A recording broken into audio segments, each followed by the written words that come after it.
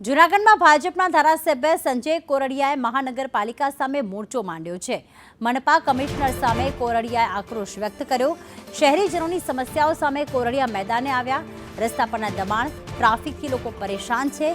પાણી અને રસ્તાની સમસ્યાના કારણે લોકોને હાલાકી પડી રહી છે। જૂનાગઢમાં રખડતા ઢોરની પણ ગંભીર સમસ્યા છે। રસ્તા પર ઠેર ઠેર ઘાસચારો વેચાય છે।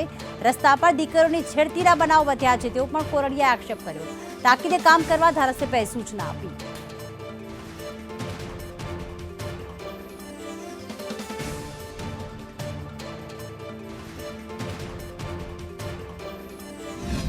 કમિશનરશ્રીને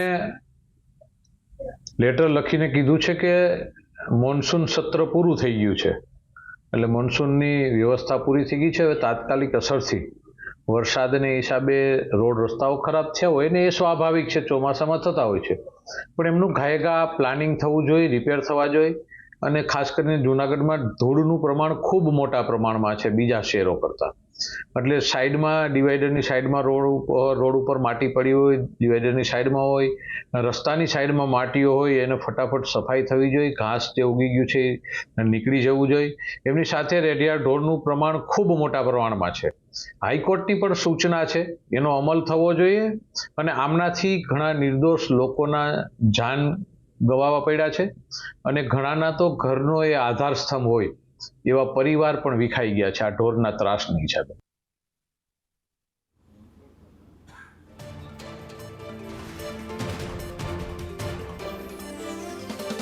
શહેર કોંગ્રેસ પ્રમુખ મનોજભાઈ જોશી અમારી સાથે ફોન લાઈન પર જોડાઈ ગયા છે। મનોજભાઈ નમસ્કાર, સ્વાગત છે આપનું સંદેશ ન્યૂઝમાં।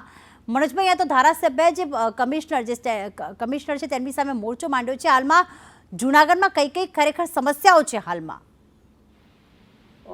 નમસ્તે મેડમ, પહેલા તો મુખ્ય સમસ્યા રસ્તાની છે। અત્યાર સુધી જે માટી ને ગારાવાળા રસ્તા હતા, વરસાદ બંધ થયો ને ધૂળની ડમરીઓ શરૂ થઈ। આજે છેલ્લા 10-15 વર્ષ ત્યાં એકની એક આ માથાના દુખાવા સમાન સમસ્યા છે। વર્તમાન બોડીની 31 જુલાઈએ મુદત પૂરી થઈ અને એ લોકોએ એવો દાવો કર્યો કે અમે 2 વર્ષમાં 1560 કરોડ રૂપિયા વાપર્યા। જો 1560 કરોડ રૂપિયા વાપરો તો ચાંદીના વર્ક લાગી જાય એવા રસ્તા બની જાય।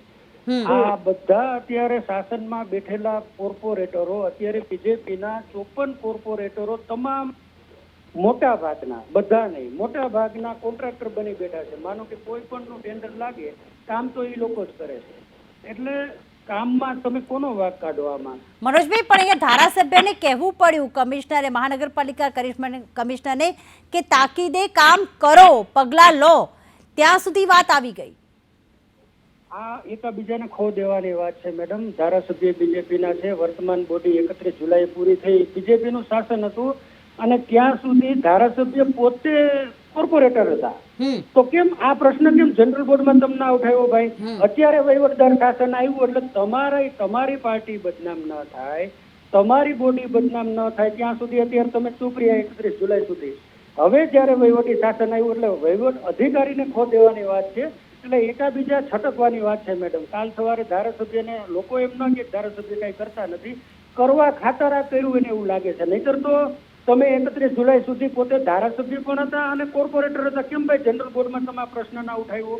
રસ્તા તો 15 વર્ષ ત્યાં ખરાબ છે, આજે કેમ તમને ખાડા દેખાયા? બિલકુલ, આભાર મનોજભાઈ। સંદેશ